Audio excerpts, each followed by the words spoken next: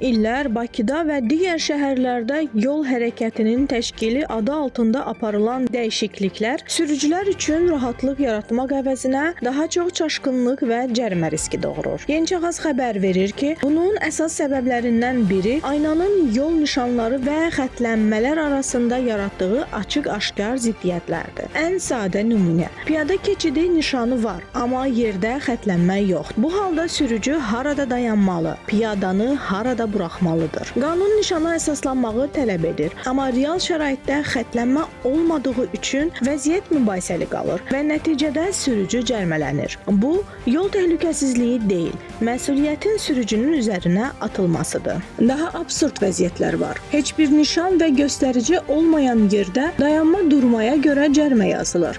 Sual yaranır. Sürücü haradan bilməlidir ki, orada dayanma qadağandır? Görünməyən qaydaya görə cərimə, bu artıq qayda yox, tələdir. Digər tərəfdən dayanma və durmanın qadağan edildiyi yerlərdə parklanma ərazilərinin salınması tam məntiqsizlikdir. Bir yerdə qadağa nişanı, bir neçə metr sonra isə parklanma cizgisi, bu sistemsizlik deyilmi? Bu cür qərarlar yol hərəkətinin təşkili yox, inzibati xaos yaradır. Xətlənmələr isə ayrı bir problemdir.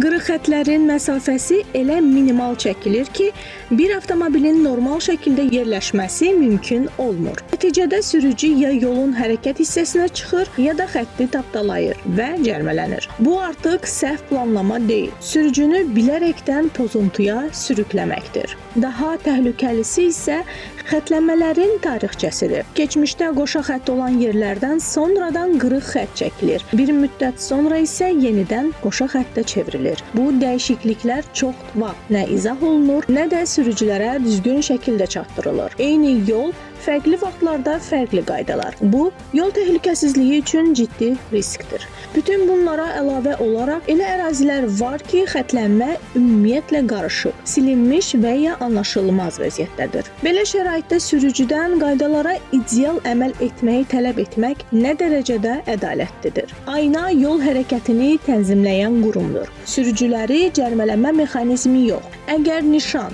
xətlənmə və real yol şəraiti bir-birinə uyğun deyilsə, burada günah sürücüdə yox, sistemi quranlardadır. Yol hərəkətinin təşkili cərimə üzərindən deyil, aydınlıq, məntiq və təhlükəsizlik üzərindən qurulmalıdır. Hazırki vəziyyətdə isə bir çox yol nişanı və xətlənmə qayda yaratmır, çaşqınlıq yaradır.